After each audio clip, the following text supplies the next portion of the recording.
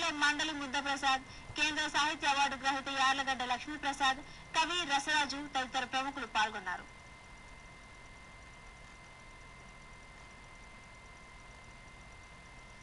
మాజీ ప్రధాని పివి నరసింహారావు, మాజీ ముఖ్యమంత్రి మర్రి చెన్నారెడ్డి, కేంద్ర మంత్రి శివరాజ్ పాటిల్ ఇలా ఎందరో ప్రముఖులు, శాస్త్రవేత్తలు, న్యాయవాదులు, క్రీడాకారులు ఒకే కాలేజ్ లో చదువుకున్నారు. ఆ కాలేజ్ మన హైదరాబాద్ లోనే ఉంది. ఇంతకీ ఎక్కడ ఉంది ఆ కాలేజ్ అనుకుంటున్నారా? ఆ విశేషాలు ఇవాల్టి ఆదాబ్ హైదరాబాద్ లో తెలుసుకుందాం.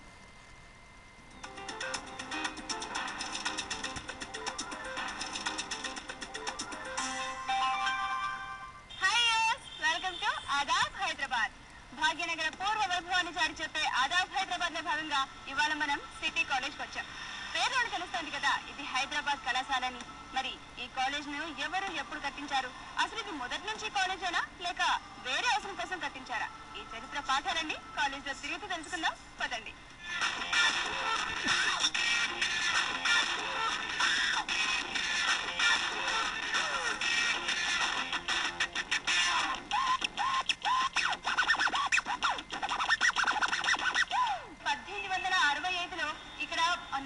నిజాం రాజు పరిపాలించే కాలంలో ఇది ఒక చిన్న స్కూల్ గా ఉండేది. 7వ రాజు మీరాలం ట్యాంక్ కి ఇక్కడి నుంచే వెళ్లి ప్రార్థన చేసేవారంట, ఈ దారి గుండే వెళ్లేవారంట. ఆ సమయంలో ఈ స్కూల్ నుంచి వచ్చేపోయే చిన్న పిల్లల్ని చూసి ముచ్చటపడి ఈ స్కూల్ గురించి వాకప్ చేశారంట. అలా తర్వాత ఈ స్కూల్ గురించి తెలుసుకొని చాలా నచ్చి ఈ స్కూల్ ని చాలా డెవలప్ చేశారు. 1915 వరకు కూడా స్కూల్ గా ఉన్న ఈ బిల్డింగ్ ను ఇంకా పెద్దగా కట్టించి 1921లో 30 మంది విద్యార్థులతో ఉస్మానియా యూనివర్సిటీ పరిధిలో వచ్చేట్టుగా దీన్ని కాలేజ్ గా మార్చారు.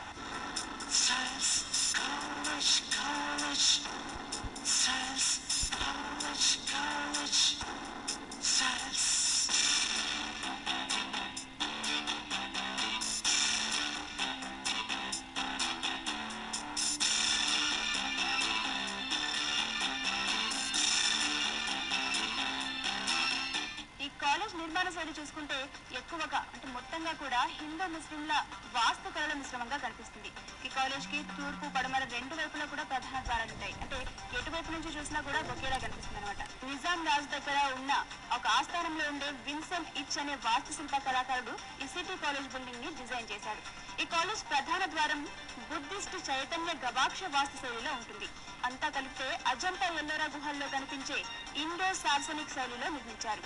కాలేజ్ మొత్తం 3 అంతస్తుల్లో ఉంటుంది. కాలేజ్ మధ్యలో ఉండే గ్రేటర్ హాల్ 3 అంతస్తుల విద్యార్థులకు సరిపడేలా చాలా ప్రత్యేకంగా ఉంటుంది. ఇక ఈ కాలేజ్ మొత్తం 16 ఎకరాల్లో ఉంటుంది. 6 ఎకరాల్లో కాలేజ్ బిల్డింగ్ ఉంటే మరో 10 ఎకరాల్లో ఫుట్బాల్ స్టేడియం కట్టారు. ఈ 10 ఎకరాలు మాత్రం కులీ కుతుబ్ షాహీ కమిటీ ఆధ్వర్యంలో ఉంటుందన్నమాట. కాలేజ్ పై నుంచి చూసుకుంటే పైన వ్యూలో చూస్తే ఓవైపు చార్మినార్, మరోవైపు మక్కా మసీద్, ఇంకోవైపు రాష్ట్ర హైకోర్టు, మరింకోవైపు ముస్లిం జైల్ బ్రిడ్జ్లు చాలా స్పష్టంగా కనిపిస్తాయి. నిజాం 7వ రాజు ఎంతో దూరదృష్టితో ఈ కాలేజ్ ని సిటీ కాలేజ్ ని కట్టించాడు. ఎందుకంటే అప్పట్లో మూసి నదికి ఎక్కువగా వరదలు వచ్చాయి. ఆ వరదల వల్ల ఎక్కడ ఈ బిల్డింగ్ నిర్మాణం పాడు కాకూడదు అనే ఉద్దేశంతో ఇక్కడ గ్రౌండ్ ఫ్లోర్ లో ఈ బిల్డింగ్ కి ఆర్చెస్ కట్టించారు. ఒకవేళ వరదలు వచ్చినా కూడా ఈ ఆర్చెస్ నుంచి మొత్తం వరద నీరంతా కొట్టుకుపోయేలాగా ఈ నిర్మాణం ప్లాన్ చేశారు.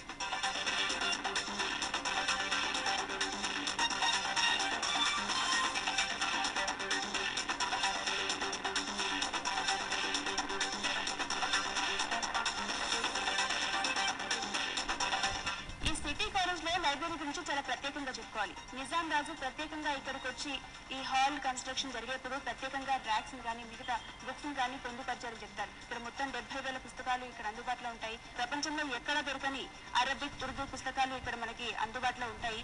ఈ హాల్లో కనిపించే వాచ్ చాలా ప్రత్యేకమైంది. ఎందుకంటే క్వీన్ విక్టోరియా ఈ గడియారాన్ని కాలేజ్ వాళ్ళకి బహుమతిగా ఇచ్చారని చెప్తారు.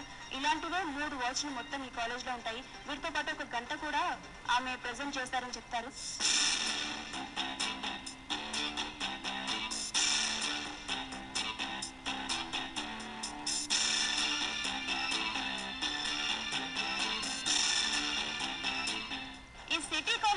విద్యార్థులు భవిష్యత్తులో చాలా గొప్ప పేరు ప్రఖ్యాతులు పొందుతారని ప్రతీతి.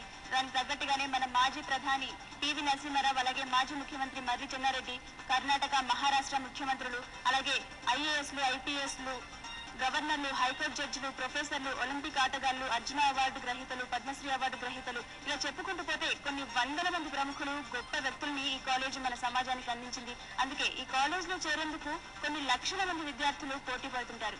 వారికి తగ్గట్టుగానే ఈ కాలేజ్ కూడా ఒకప్పుడు కేవలం అబ్బాయిలకే అందుబాటులో ఉన్నా కూడా ఇప్పుడు మాత్రం కో ఎడ్యుకేషన్ లో నడుస్తోంది.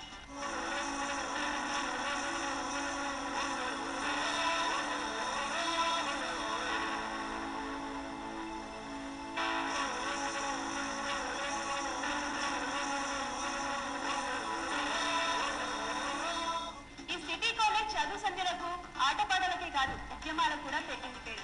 ఒకప్పుడు ప్రముఖ కవి మగ్దు ఇక్కడ భాషా సాహిత్య ఉద్యమాన్ని ప్రవేశపెడితే ఈ కాలేజ్ లో తెలుగు మీడియం ప్రవేశపెట్టాలని మాడపాటి హనుమంతరావు కూడా ఉద్యమం లేవదీశారు.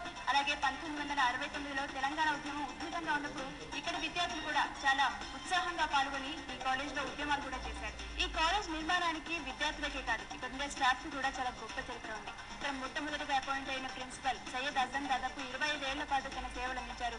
ఆ తర్వాత వచ్చిన ప్రిన్సిపల్ హుస్సేన్ జహీర్ కూడా మన మాజీ ప్రధాని జవహర్లాల్ నెహ్రూకి చాలా మంచి స్నేహితుడు. ఆ తర్వాత వచ్చిన ప్రిన్సిపల్స్ కానీ మిగతా స్టాఫ్ కానీ ఇక్కడ రిటైర్ అయ్యాక మళ్ళీ తర్వాత ఎంతో ఉన్నతమైన పదవుల్ని అలంకరించారు.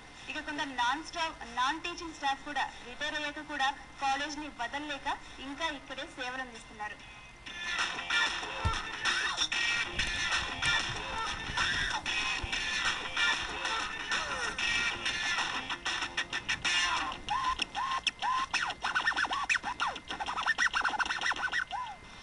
ఎప్పుడు చూసినా చాలా చల్లగా, ప్రశాంతంగా, ప్రకృతి రమణీయత్వం ఉంటుంది. అందుకే ఈ కాలేజ్ లో చాలా సినిమా షూటింగ్స్ కూడా జరుగుతుంటాయి. హిందీ సినిమా షూటింగ్ కోసం ఈ కాలేజ్ మొత్తం ఎర్ర రంగులు వేశారు. అప్పటి నుంచి ఈ కాలేజ్ మన హైదరాబాద్ ఎర్రకోటగా మారిపోయింది. నాకు నుంచి ఏ గ్రేడ్ సర్టిఫికేట్ కూడా వచ్చింది. ఇక ఈ సిటీ కాలేజ్ బిల్డింగ్ ను ఆంధ్రప్రదేశ్ ప్రభుత్వం 1995లో మన వారసత్వ సంపదగా గుర్తించింది. అయితే కూడా ఇప్పటి వరకు తమ కాలేజ్ ని పెద్దగా పట్టించుకోవట్లేదు కాబట్టి దీన్ని ఆర్కియాలజీ డిపార్ట్మెంట్ ఆధ్వర్యంలోకి మార్చాలని కాలేజీ యాజమాన్యం కోరుతోంది.